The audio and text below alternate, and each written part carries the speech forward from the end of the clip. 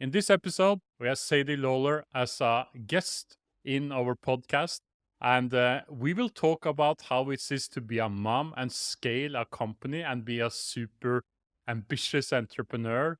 And we'll also talk about how important it is to be spiritual, how important it is to grow like a person, to really grow into the role of being an entrepreneur with a 7 or 8 figures business.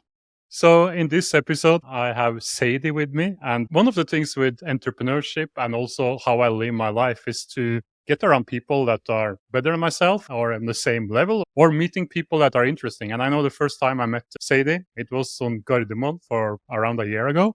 I just felt this is a person that I want to do stuff with. And this is a person that inspired me.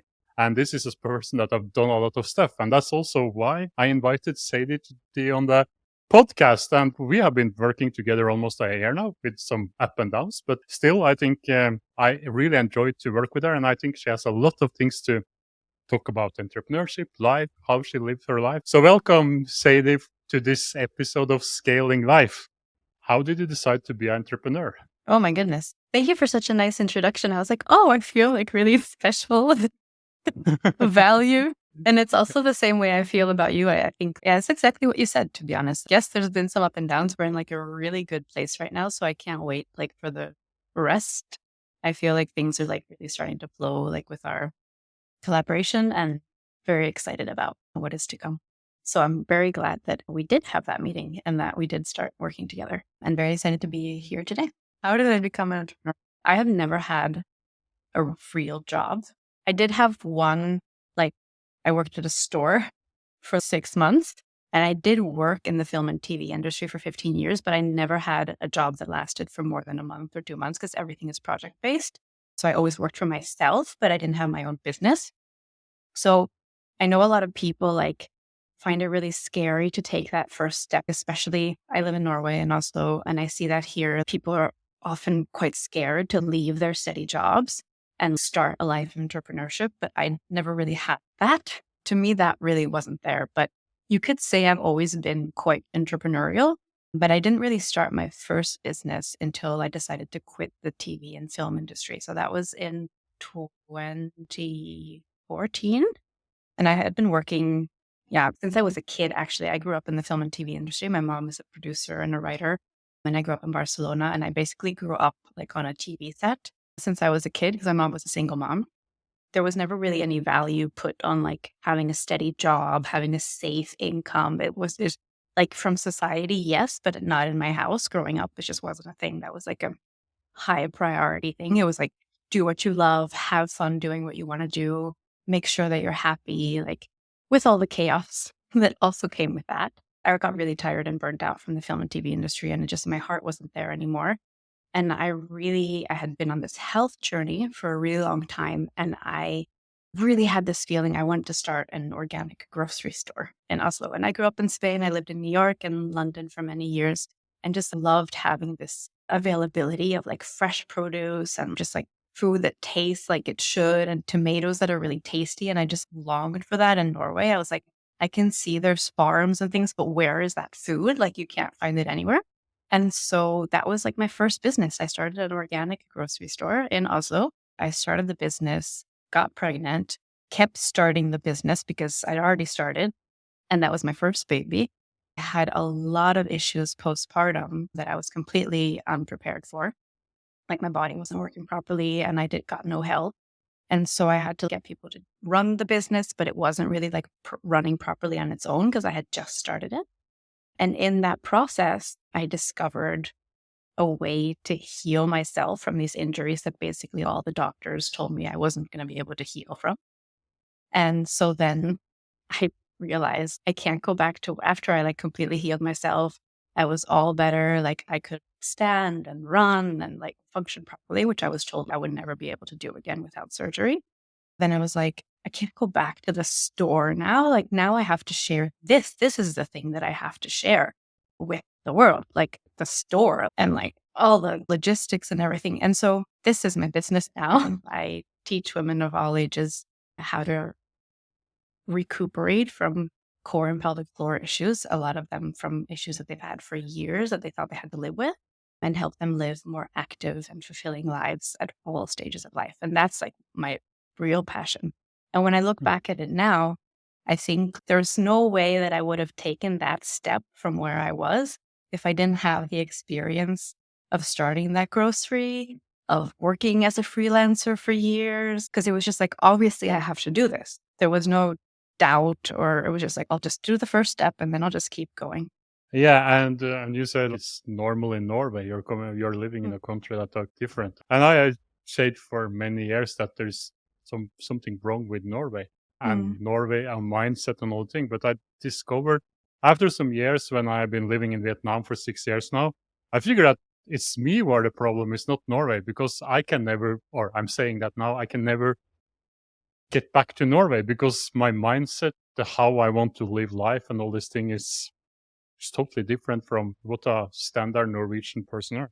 So how is it for you when you start a company when the kids are young and come up with a new idea? How do you feel like the environment are or people around you are? I think this is interesting because when we talk about entrepreneurship, we talk about like how you have to basically learn to thrive in discomfort. If you run away from being uncomfortable, like you're not going to get anywhere. I do a lot of work on myself to try to like keep my energy high and like work on my stuff so it doesn't come up in my work and expanding my business. And it's so important. I know you guys do a lot of that as well. I think like one of the things for me is that I've never led a very comfortable life in terms of I was bullied in school, like so much that I had to change schools twice. Like it was really bad. I had some really bad experiences in New York. I'm used to like negative feedback, if that makes sense. And there's something in me. And I've noticed this the later years. Before I used to think of it as something bad, but then I realized, no, this is like this is the reason why I am where I am today. Is if you tell me that I can't do something, like I might break down for like a day or two, but I will prove you wrong. Like Hmm. it just lights a fire under me. I'm just like, there is no way that you get to decide what I can do and what I can't do. And I know people react differently to adversity, but I was like at the end of the rope with like trying to find help when I had all these injuries and literally like I couldn't walk. I was like, I had pain all the time. It felt like my pelvic floor was like falling out. It was like really bad. And I went to a doctor and she was like, you chose to have kids. So you had to like expect that something like this was going to happen. And I'm like, if somebody gets in a car accident and they come to the ER, the first thing that you tell them is, oh, but you were driving a car. That's dangerous. Like you must have expected that you were going to get in a car accident. Like, what? In me, that ignited that I'm going to show you, I'm going to figure out a way to get better because you don't get to decide that this is my life now. I never really thought about this as a part of myself until like recent years when I've been working on myself and I've been like, oh, that's a really good thing. I'm not just like a pain in the ass who won't give up and will like keep trying and annoying people until she gets what she wants. This is actually a really good quality because it means that I don't give up if things get hard or complicated or people tell me I'm crazy or I'm like, no, this feels right for me and I'm going to go for it. And I wouldn't be there if it wasn't for having gone through all those things before in my life. So yeah, I got a lot of pushback because what I do is in Norway is quite alternative. In many other countries, it's not alternative at all. But in Norway, it's very alternative. It's very against the grain. And I got so much pushback, like hate mail and yeah, a lot of resistance. And sometimes I let it get me down, but then I was like, it helped, of course, a lot that I saw how many people I was helping and how many like women I was able to help. And I just focused on that. I was just like, I know what I do works. I have seen it on myself. I've seen it on thousands of women now. So you can say what you want, but I wouldn't be here 8 years later if what I did didn't work. And Hmm. if I like wasn't doing a good job, then I wouldn't have a business. Like it's undeniable, right? It's not just marketing. It wouldn't work because people talk with a very small country, like people talk to each other. So if I wasn't doing a good job of my job, then people would be like, oh, this doesn't work. Don't. It's the opposite. It's, hey, take this course because it's going to change your life. Please stop being in pain all the time.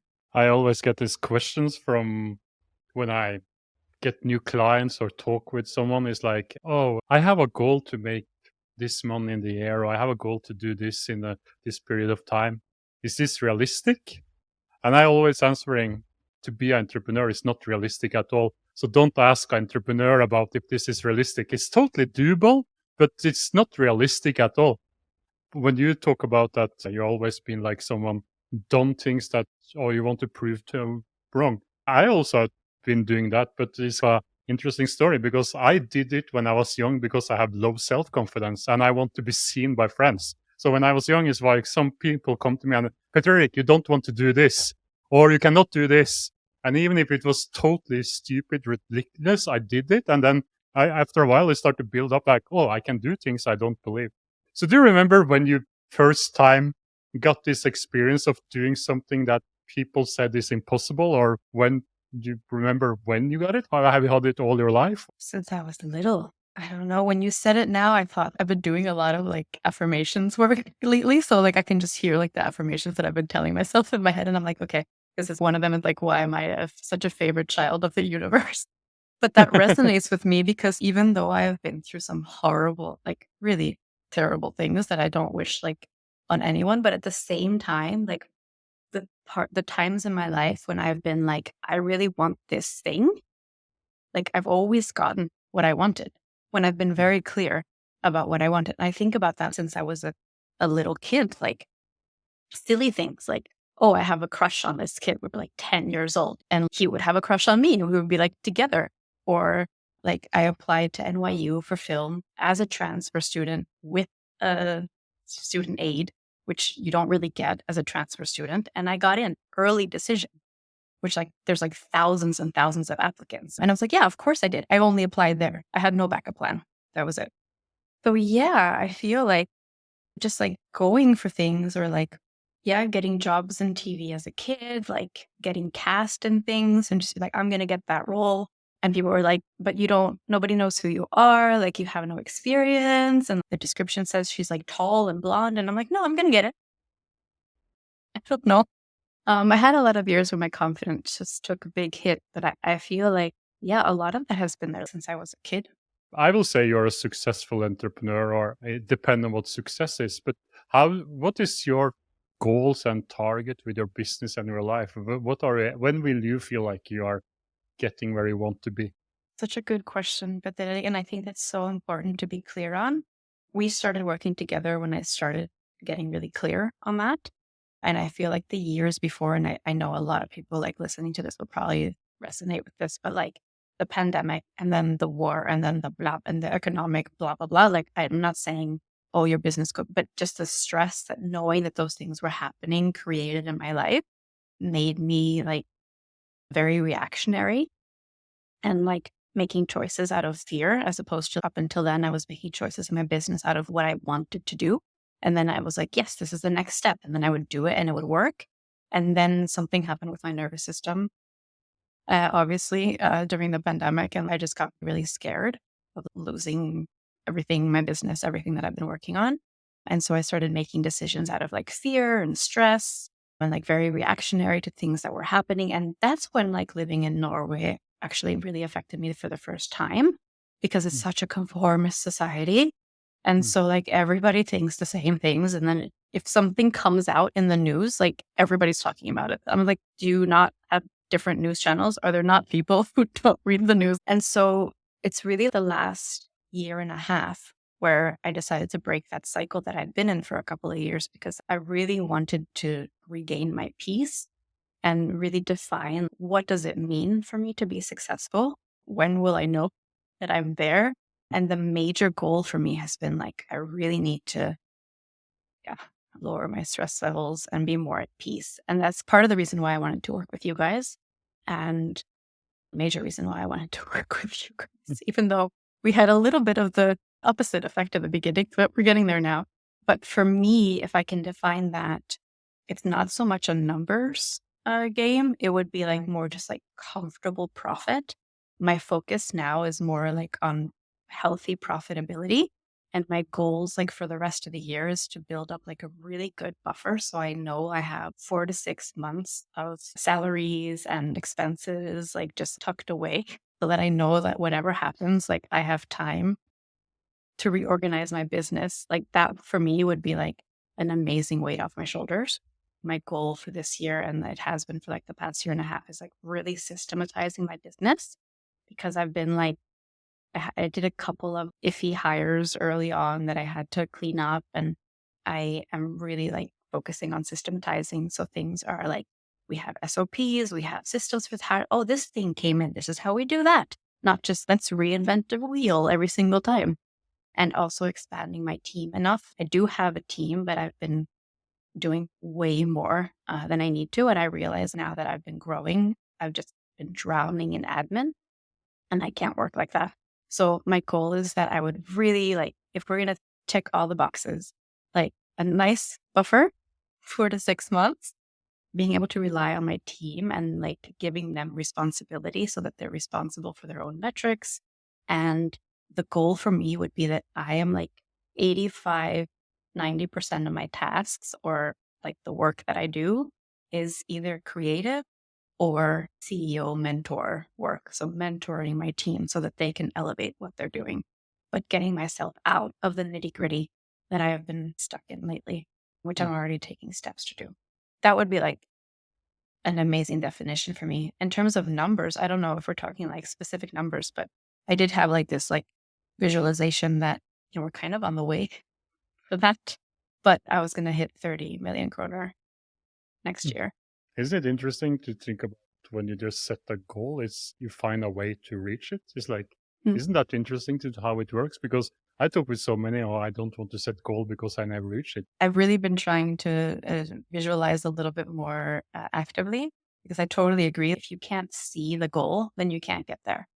If you don't know what it looks like, what it feels like to be there, if you don't know what kind of decisions do you make, how do you react to things, like when you've reached it, then it's like, how do you get there? It's not, Hmm. it's like an undefined thing in your mind. So that's why I'm really trying to like focus on like the details. Like this is exactly what I want. And I know what it feels like to me.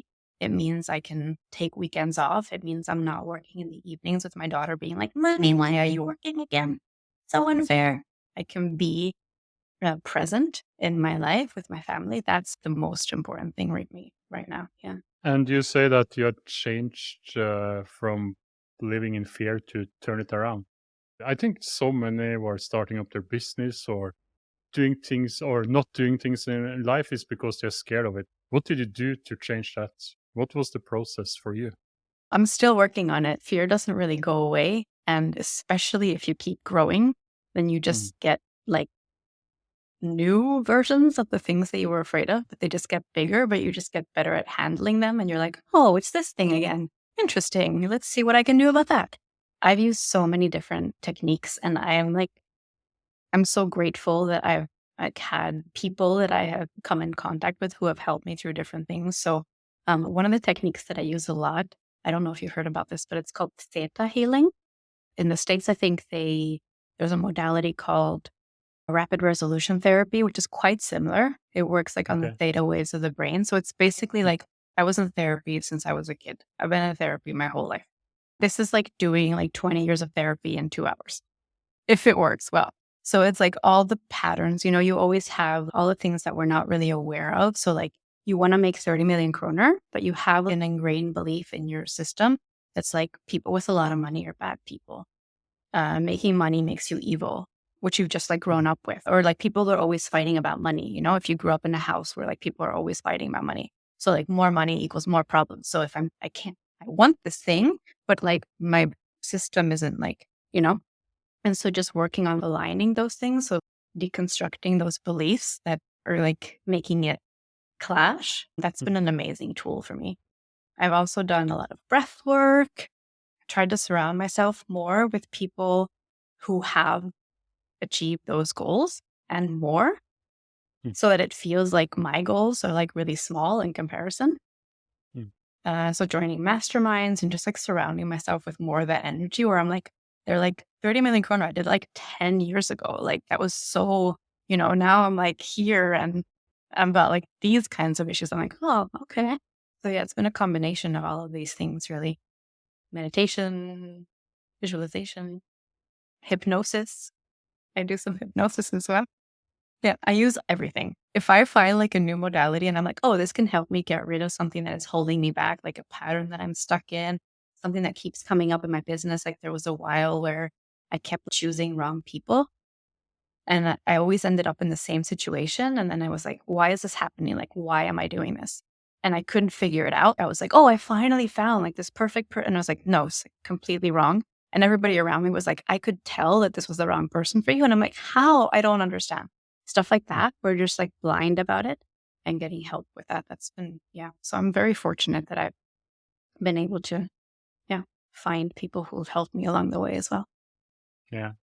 I also think it's interesting when you find people who are on a higher level than yourself. And I think that's also kind of a challenging in Norway because it's scary to be, you know, I know, don't know who said it first. Maybe it was Jim Rohn or something, try to be the most stupid person in the room that we always should be and not be in the room where you're smartest. But I think it's kind of a mindset that many have that, oh, it's so much more comfortable to be the most smartest person in the room. And I also know for myself when I'm together, I'm also in a mastermind. And when I'm together with them and they talk about 5, 10, 15, 20 million dollar.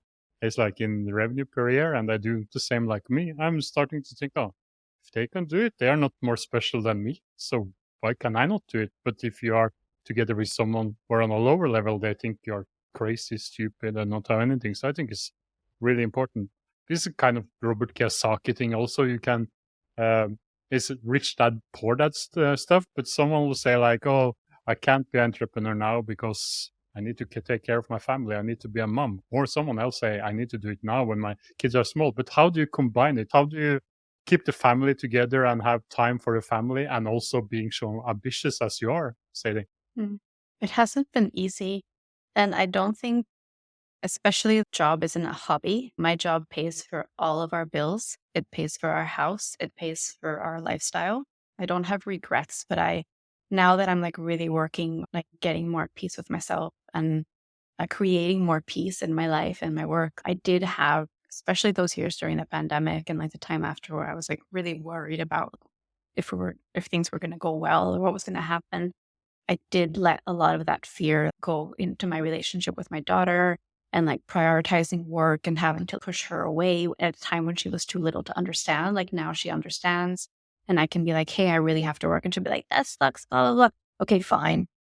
But there's not that dialogue at like 3 to 4 years old. Like she just wanted her mom and I just couldn't be there. Or like even if I was in the room with her, I was like thinking about like work and stressing about things and just not really present because I didn't feel like I could relax until I felt safe, but I didn't feel safe. And so a lot of that definitely affected my relationship with my daughter and also my husband. Like he was trying to save our other business, the grocery store, which we eventually had to close in 2021. I guess one thing is I'm very hard on myself. If I look back at that time, I think about like the things that I wish I would have done better. But I know like with the situation that I was in and what I was dealing with and the amount of responsibility that I had and I took on, I really did the best that I could. I was really trying to be there for my kid and help my husband keep us going, basically, like in the best way that I could, keep my business afloat. And now, what I want more than anything, like my word for 2024 is fun. I'm a really fun person. If you know me, I haven't been very fun the last few years, but in general, I'm a very fun person. I'm really trying to get back to that. And my daughter's still like at a young age, like she still, thank God, like she still like loves to be around me. And she like wants to be around us like all the time. I know that's going to end sometime. But for now, I feel like I just want to focus on like making the times that we have together like as fun as possible and just really balancing that out in that way. I still work quite a lot, but what I do now is that I just make sure that the time that we have together, like plan fun things and just really being able to be present in that time. And one of the things that, in terms of balance, I think like the more that I've grown, in order to be able to scale my business to where it has been, I've had to do like a lot of work on myself. I know you've done a lot of work on yourself as well. You can't get anywhere in business if you don't, or you can, but not very far. And so a lot of that then I've like also put back into my marriage and into our family dynamics and also in how like I relate to my daughter and like giving her space also for being annoyed with me for working and hearing her and being present with her and trying to explain to her and show her. Yeah, I've just been trying to create more of that. I think it's really interesting because one of the things about living in Norway is that you do have longer vacations at least, or like things like that. And when I'm in these masterminds in the States, with these women who are like making like 20, 40, 50, $100 million like a year. And I'm like, they're taking like 2 weeks vacation a year. Hmm. And that just like blows my mind. I'm like, if I was making $100 million, like I would be working 1 day a week. What are you talking about? Like, and they feel like they need to. It's not just because they want to. They just feel like they can't take the time off. Of course, some of them are on the opposite spectrum and have these really luxurious, spacious lives, but a lot of them work a lot. And it's because in the society that they live in, they don't feel like work balance is valued. Work is valued. That's like how you create value in the world. And so on that side, I'm quite grateful for living in Norway, where people are like, why are you still working? It's 4 p.m. It's the weekend. What are you doing? Let's go out into the woods. Let's go do this thing. I got like it. And really like valuing the time with your family and not being like, oh, just get a babysitter or send your kids somewhere else. So that part of living here, I think I've been really grateful for, because it just keeps inspiring me to be like, yeah, okay, let's take the time off and actually have time off. And it's not like embarrassing. I feel like a lot of the women who I know who like work at these higher levels, it's like embarrassing to take time off with their family. And I don't ever want it to feel like that. Can I tell you one goal that I have? So I've said it out loud. Do it. Okay. Before my daughter turns 11, I want to take a whole year and travel the world with her and my husband. And we did that. My husband and I did that like before we had her, obviously. And I definitely want that to happen. Maybe not now, because she's still like a little bit annoying to travel with. 8, 9, 10, I think is like the sweet spot. So before like we get into the preteens, I would love to do that. And so that's like a thing for me. And I have to build a business that supports that. Like I can't build a business that wouldn't support something that I would love to do with my life. So that's really what I'm trying to focus on now. Also, to share a story, because I was in the totally opposite of what you're talking about. I joined Dan Sullivan's mastermind for some years ago. I don't know if you know who it is, but he's 80 Yeah. years old now. He's American, but lived most of his life in Canada. And he created a system called entrepreneur time management system. What he's saying that you will get better result like entrepreneur if you take at least, what do you say? Yeah, I think it's 24 days off per quarter. That's minimum. But when you start to work with him, most of the entrepreneurs I was there was totally opposite. They had 40 or 50 days off. And what changed my mindset about it, I have been like the entrepreneur like since I was 22, like, oh, I love to work. I just like to work. Can't work all the time. But the guys there, they start to look different on it. They start to fight about who can have most days off, because it's all about to grow a business with having days off. And I get this first time I get a task from, because it was more like a mastermind. We had workshops 6 times a year, and we get tasks to do. And the first task was to have a day off. And a day off was, when he talked about a day off, is to do something that you're not involved in work at all. So that Mhm. means you cannot read a business book if you want to grow your business. You cannot read a book about what you're doing. You cannot talk about what you are doing. You cannot listen to a podcast that can be related to work. It needs to be totally different, because his mindset is all about, if you just take days off, it will be to have a mini vacation every week. And if you think about every time you're coming back from a vacation, you are more inspired, you are more in control, and you're doing all this thing. So that's what I'm working on for myself, is to get that. And I had a test when I was in Japan last winter, when I tried to work 4 or 5 hours every day. And it's true. I get more clear in my mind. I get more things about it. So that's also a new challenge to go. I still want to grow the business, but it's also to see if I can do it with working less hours. And I think it's also when you make it to a must for yourself. I think you also can take a year off and still grow your business if you just make it to a must for yourself. That's so interesting that you say that. And I think like you challenged me on that. We had a conversation about it, and I had some stuff come up when we were like talking about automating my webinar. And then I was like, but then it's going to be too easy. It's going to be too easy to get sales and make money. And then some of my stuff came up, and you were like, but I asked myself more and more, how easy can I do this? That's the question that you ask yourself. And I've also worked with other mentors who have been like, no, Sadie, like the goal has to be to not work at all. Like you have to Mm. build a business or you do the stuff that's not work that you really enjoy doing. But the work, like busy work or like repetitive tasks or things that need to be managed, or you shouldn't be doing that. It just clouds your ability to look at the bigger picture and to have new ideas. And here's one thing that is difficult, or not, it's not difficult, challenging about having small children is that if you want to go on a vacation with a small child, it's not a vacation. Like you don't get back feeling Mm. completely refreshed. Mm. Mm. She's wonderful. I love my daughter to death, but she is not an easy child.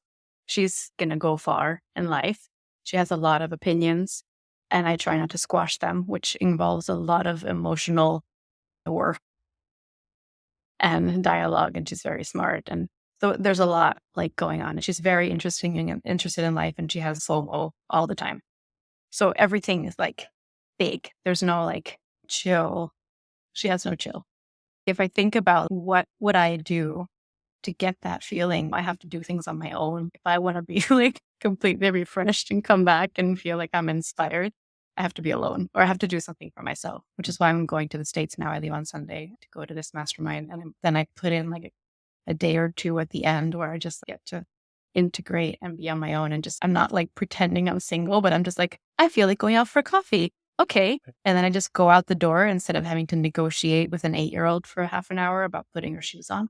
But isn't that feeling also wonderful? I remember when I was in Japan, I was there 5 weeks alone, and I am like, there's so logistic things to have family and business and all the thing. Or everything is more like logistic, and I love the freedom. So when I was there alone, I was one day I was driving to the gas station, and it was a ski resort. I think it was 1 hour more to drive, and I just decided, okay, let's go there. And I know if I was there with my family and others, there would need to be a discussion the day before, and just having this freedom to do that. I also think that's important. We need to remember it for life, even if we have Mm. families, just to have some times alone. Sometimes it's really important. Mm. And I don't Uh, know, I don't know you so well, but I have a feeling that you also charge well with others. mm, Like that you get energy also of being like with other people. But for me, like I can to a certain degree, but I recharge like the best when I'm alone with work and clients here. And in my center, also, I have a lot of people here who need my attention. At home, I have a lot of people who need my attention. And so, like, I need to create those spaces where it's just for me. I mm. don't have to take care of anybody else's needs or emotions or feelings. Like, it's just taking care of myself. And I think that's like super important, but it's not as equally important for everybody. Like, some people don't have those needs. Actually, it's interesting because I talked with Maria for 2 weeks ago. I stopped drinking alcohol for 14 months ago or something, and I didn't do it because it was a 1 year project. I just wake up one day and decide to stop drinking, and I'm still not. And every time I'm together with people drinking now, I feel less and less I want to drink. But I also figure Mm. out that I'm not so keen to go out anymore after I stopped drinking. And I also Mm. realized that even if you say, yeah, I like to be together with people, but I also are coaching people all day long. I'm talking with people Mm. on online. I'm having all these things. So I also try to be more introvert now than I was for 5, 6 years ago. And it's Mm. interesting how also that change. So still like to be around people, but I can also just be home when I don't have anything to do, or go on and playing poker is one of my favorite things, but I don't talk with people. I'm just playing poker and sitting alone around a table and don't talk with them and are in my own little bubble. That's something that gives me energy now, but it was not like that before. For 10 years Mm. ago, I will talk with everyone. But yeah. No, I just think in terms of like creating balance, I also think about, I'm on like, you talked about now, like quitting alcohol, like during those years when I was like really affected by like fear and stress, like I also stopped taking care of myself the way that I really feel Mm, good when I'm taking care of myself. And so the last like 6 months plus have been like me getting back to that, like getting to the gym, getting outside, like focusing on like feeling good, eating healthy, making good food, all those like small things that really make me feel like I'm taking care of myself. And that mm, requires me to want to take care of myself, which means I have to value myself in order to do that. And also, like when you think, if we talk about balance and like having a child who still needs to be dropped off and picked up at school, who needs to be driven to all of these activities that she has or to like her friend's house, like she can't go anywhere alone or whatever, has no concept of time. So has to be like taken places and picked up and stuff. And so, like, my work day is also like the time when I have to work out or I have to go shopping or I have to do other stuff or go to the acupuncturist or do my theta heal. All of that stuff happens in my workday because I also work evenings and stuff like that. So if I want to be there for my family, I can't work 8 hours because then I can't take care of myself. And it's also about creating that balance and having this lifestyle that allows me to be like, okay, I can work 4 hours today. The rest of that time is going to go to doing stuff either for myself or for my family or logistics stuff, getting to the post office, like just in order to be able to be present when I'm home and not be thinking about a million things. And that's like the lifestyle that like everybody talks about that we're creating in this online business space. But I think a lot of people don't have that. So it's No, and important. I think it's also to take time for it. Also, another thing, I start to play golf, and a golf round take 4 or 5 hours. I know I'm playing Yeah. golf 2 to 3 times per week. And Maria was like, "What did we do this 15 hours per week before? Because we didn't have time to do anything. Well, now we can go on the golf course." So I also think it's like when you make things like a must, it's also possible to get the lifestyle you really want. So I think the last question I have for you is, for me, when I talk with you now, when I also knew it before, it looks like you have also a spiritual journey that you're part of it. So how important is this spiritual journey for you to succeed like an entrepreneur and in life? Oh my God, so important. I don't know if I would have been able to get out of the like spiral I was in with like fear and stress and like overload because it's really like how a lot of people think work and life should be. Hmm. But I just knew I just couldn't live like that anymore. I was going to get sick or something. Like I just couldn't. Very important. I've always been interested, like the same way like I grew up with my mom not having a steady job. Like I also grew up with my mom like having Tai Chi teachers over on Sunday morning and trying out some new like macrobiotic Ayurvedic blah blah, which was not common like in the 90s in Spain. So I've always been very comfortable like trying new things and just like experimenting and finding things that work for me. Honestly, the more I get into it, I just notice like the positive effect it has on my mindset and on my life and like how if you would have told me like this is something that I think a lot of entrepreneurs can relate to, but the problems that I have now in my business, like if you would have told me 3 years ago the problems that I would have now, I would be like, there's no way I can deal. Like that is horrible. What are you talking about? I can't. Let's just quit now. That sounds terrible. And I'm just Right. like, oh, thing happened. That's interesting. All right, let's find a way to deal with that because I've done the work and I keep doing the work and I don't let myself like sink into the hole of despair. And I'm like, all right, worse things have happened before, or we've been through challenges before. Like now I have a network, I have people I can ask, I have like people around me. And so a lot like most of the mentors, and I think yourself included that I work with, they always talk about you have to work on yourself first, like before you work on your business. Like if you're in shambles, like your business is going to reflect how you're feeling and how you treat yourself. And I think that's so important. I think there's not enough about that in like entrepreneurial journey. It's about strategy and funnels and blah. If you're a mess and you don't value yourself and you don't value your services and you don't appreciate the good that you're doing, then like you're going to struggle growing your business to some degree. It's going to reflect in because it's a reflection of you. So that's like super important. And the more I get into it, the more I see like how it elevates the way I talk to people who work for me, the way I relate to people on a business level, the people I attract into my business.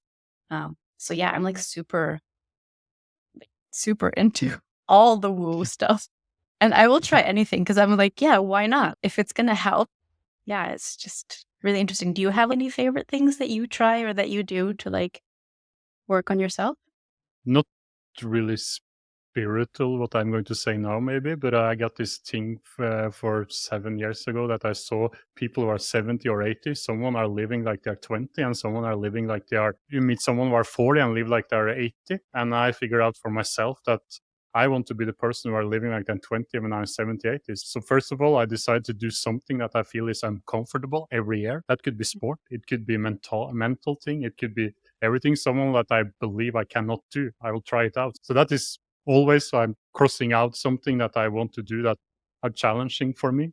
And sometimes it's sport. For example, I did some backcountry skiing in Japan. Next year, I just registered for a 12 days bicycle trip in Nepal on 4,800 meters next in March. So I'm doing kind of that, and also golf. I didn't believe I could do that. I did dancing. I hate to dance. I did dancing with Maria. So I'm doing things that I'm not been good at or don't want to do. I've also been doing some I did tantra retreat with Maria. That was something I was scared of. So I'm trying to challenge what I am scared of and keep my mindset young. That's my thing. Yeah, but that's like huge. And that's like the most, that's what we talked about, but being comfortable with the discomfort. Like if you can keep pushing yourself to not be like, oh, I can't do that, or I'm not a person who can do that. Like your brain just gets used to like, oh, that is interesting, instead of being like, nope. And I think that's so important. I totally relate to that. Like I'm turning 40 this summer, and I feel more energized now than I have the last 5 or even 10 years. And I never want to lose that feeling of vibrancy and wanting to just enjoy life, whatever that means. And to me, it's not really important that it's spiritual. It's just that, you have some kind of connection. It's really just awareness. Like you're aware of yourself. You're aware of what's happening around you. You're aware of what happens in your life and like how you affect others. And I'm just really lucky I get to make money helping people and changing their lives. And so it just makes it like easy, because I know that what I do can like make somebody's life better. Why would I not do that then? Why would I not try to help as many people as possible? And so anything that comes up along the way, whether it's like from other people feeling threatened by what I do, which happens a lot, or criticism, or maybe there is somebody that we didn't manage to help, and before that stuff would have really affected me and I would have gone into a self-doubt, and now I'm just more curious about it. And I think it's that curiosity that like keeps us growing. I think you're very good at that in the conversations that we've had, at least, like, which is something that I really appreciate about you. So I'm glad I get to say it live, but you don't let yourself, at least not obviously, maybe inside, but you don't let yourself feel threatened by criticism. Like you get curious about it, or like you think about some people, like they're like, if you come to them with a problem or something that like is not working, and then a lot of people might react negatively to something like that, or they might like come with an excuse, or they might like, and you never do that. You're always curious about, okay, what can we do here? How can we solve this in a better way? Like, I don't see things the way you do, but let me explain to you how I see things. And just really, being present, I think, and not letting whatever comes up for you take over. And I think, I just really appreciate that about you. And it doesn't have to come from like a spirit. It's just being aware. You're just very aware. Thank you so much. And I think this is a really great conversation. I think we touched so many topics here. So thank you for joining. I know you are a busy woman, and thank you for taking time for it. And I look forward to listening to it again, because I think both of us said some valuable and some great content there. So thank you again, Sadie. Oh, it's so nice to be here. And I know it sounds super silly, but I've been on so many podcasts and they're all in Norwegian. So this one's finally one that my mom can listen to. That's good. It's like in all my American fans, obviously, but like, it'll be really nice. Oh, this is so nice. Thank you so much for having me on. I'm really looking forward to sharing this episode. Thank you so much for listening to this episode. To dig deeper, visit awesome.com/scalinglife. That's awesm.com/scalinglife. You'll find show notes, resources, and links mentioned in this episode, as well as links to our socials. If you like what you heard, please rate and review us on the podcast platform of your choice. Your feedback is so important to help more entrepreneurs to discover this show. Our goal is to provide inspiration, and we hope you'll continue scaling alongside us. Thanks for your support, and see you next time.